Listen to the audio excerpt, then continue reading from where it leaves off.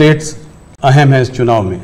एक है कर्नाटका और एक है महाराष्ट्र। कर्नाटका जहां पे अभी आपकी हार हुई थी विधानसभा के चुनाव में, और महाराष्ट्र इसलिए क्योंकि वहां पर एक अजीब सी खिचड़ी बनी हुई है।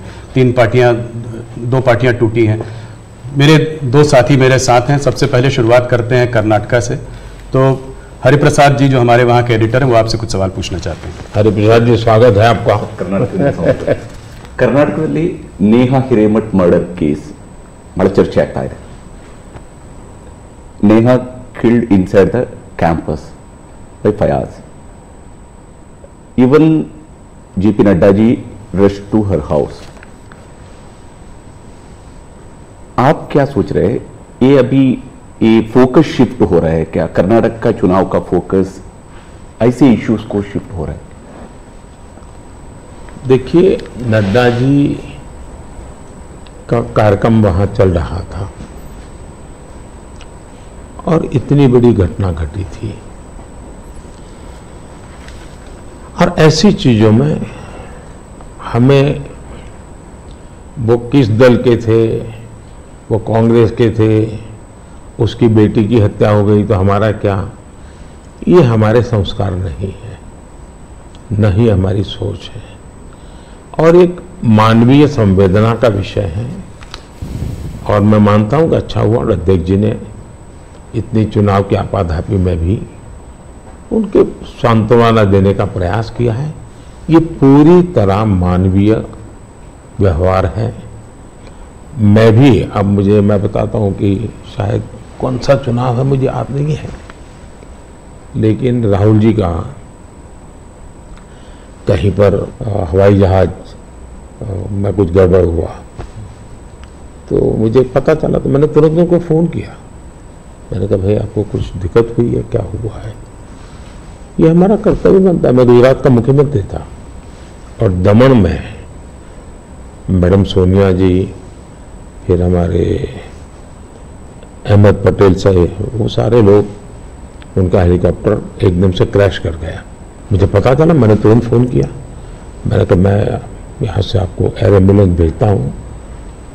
तो अहमद ने मुझे कहा नहीं, अभी बिल्कुल हम लोग सलामत है, ये बात ठीक है, हेलीकॉप्टर को नुकसान हुआ है लेकिन हमें कुछ तकलीफ नहीं हुई है। एक बार सोनिया जी काशी गई थी इलेक्शन कैंपेन में, और वहाँ उनको तबीयत एकदम खराब हो गई, तो मैंने तुरंत यहाँ से सबको भेजा। मैंने कहा भाई देखो क्या मामला है, या तो हवाई जहाज दो उनको। तो ये एक तो मेरे संस्कार भी हैं, अब मैं मानता हूँ कि ये राजनीति से परे होते हैं चीजें। तो मेरे लिए किसी भी परिवार में आपत्ति आ जाए, ये हमारा राजनीति से ऊपर उठ करके ही व्यवहार होना चाहिए जी। Regarding the guarantee schemes, in Karnataka, Congress promised 5 guarantees, and they, after coming to power, they delivered that one. They, as per their promise, they are delivering that one. Now, whereas in BJP is more. In the last election, you lost there. Only 66 seats you were able to win there. BJP able to win there. Now again, Yediyurappa जी का leadership और उसका बेटा का leadership में ज़्यादा focus हो रहा है। इसका वजह से थोड़ा सा बीजेपी के अंदर भी कुछ लोग नाराज भी है उधर।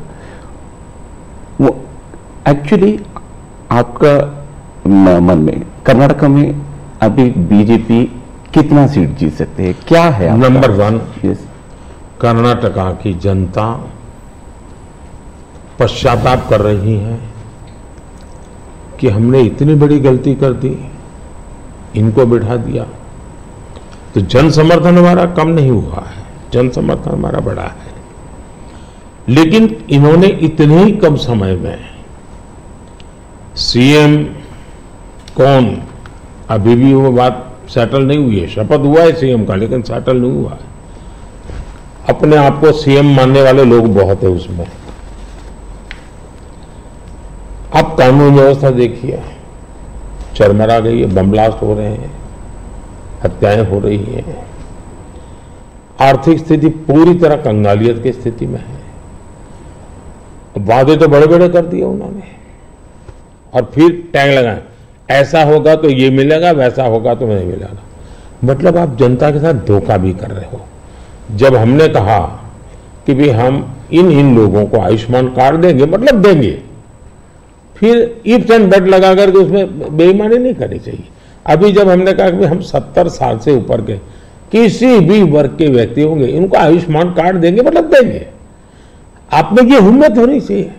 उन्होंने किसानों की जो योजना थी वो रद्द कर दी, किसान सम्मान निधि। कोई कारण नहीं है इस प्रकार से करने का। अब बता, आप कोई सोच सकता है जब बेंगलुरु दुनिया में हमारा बहुत बड़ा देश की इज्जत बढ़ाने में बेंगलुरु का बहुत बड़ा रोल है। दुनिया में जब जाते हैं ना तो बेंगलुरु कहते ही ऐसा लगता है वो जैसा परिचित है।